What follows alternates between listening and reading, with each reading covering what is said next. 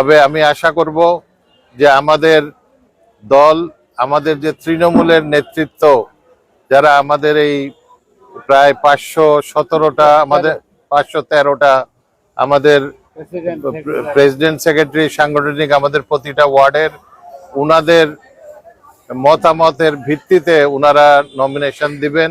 আপনারা তো এর মধ্যে জেনেছেন যে এই 513 জন এই আমাদের যে ওয়ার্ডের নেতৃবৃন্দ, সভাপতি, সেক্রেটারি, সাংগঠনিক, যারা মাত্র কিছুদিন আগে 2 মাস আগে আমাদের হাইকমান্ডের নির্দেশে একদম ওয়ার্ড লেভেলের থেকে নির্বাচিত হয়ে যারা সভাপতি, সেক্রেটারি, সাংগঠনিক হয়েছেন, ওনারা আমাদের হাইকমান্ডে চিঠি দিয়েছেন যে ওনারা এই যাকে প্রাথমিকভাবে এই কি বলে মনোনীত করা হয়েছে সেটা তারা বিপক্ষে, যেহেতু উনি ওনার নিজের একটা গ্রুপ নিয়ে দল করতেন, বেশিরভাগই সেই গ্রুপে জাতীয় পার্টির থেকে যারা ছিল আগে আমাদের দলে আসছে তাদেরকে নিয়ে আমাদের বেশিরভাগ নেতাকর্মীরা উপেক্ষিত, যে কারণে ওনারা তার সাথে কেউ নাই।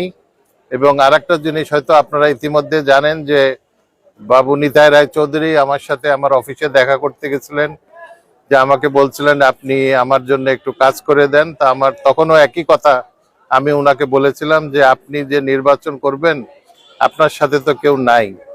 আমার তো জানা মতে প্রতিটা ওয়ার্ডের নেতৃবৃন্দ কে আপনি, যেহেতু তারা আমার সাথে একসময় দল করত, এই দলের প্রতিটা ওয়ার্ডে কমিটি আগে ছিল না, আপনারা জানতেন। আমরা এই যে আমার সাথে যারা এখানে আছে, মোহাম্মদপুরে যারা আছে, 4 ইউনিয়নে যারা ছিল, এমনকি শ্রীপুরেও, সবাইকে নিয়ে আমরা প্রতিটা ওয়ার্ডে ওয়ার্ডে কমিটি করি।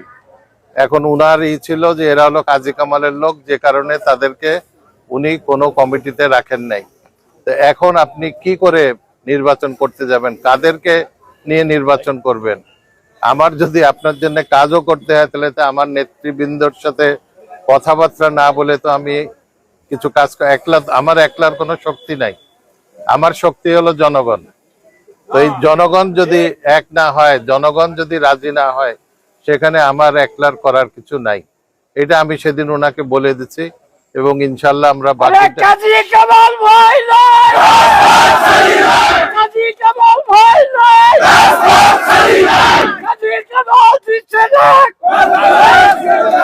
ইনশাল্লাহ 18 তারিখে দেখা হবে। 18 তারিখে আমরা বিস্তারিত ওই